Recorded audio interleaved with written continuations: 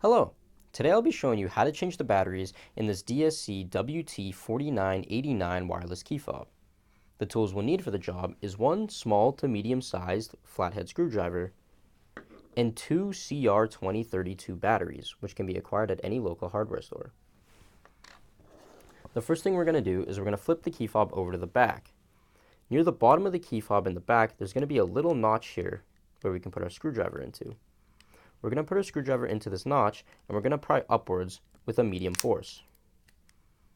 Don't be alarmed by putting a lot of pressure because it takes quite a lot to pop the key fob backplate off. Once we've popped off the backplate, we can then access our batteries, to which we will just remove by tipping it over into our hand. Once we remove the batteries, we'll see that there's a plus here and a negative here. This indicates which side of the battery should be facing down. So the first battery should be facing positive side down, like so, and the second battery should be positive side facing up or negative side facing down, like so.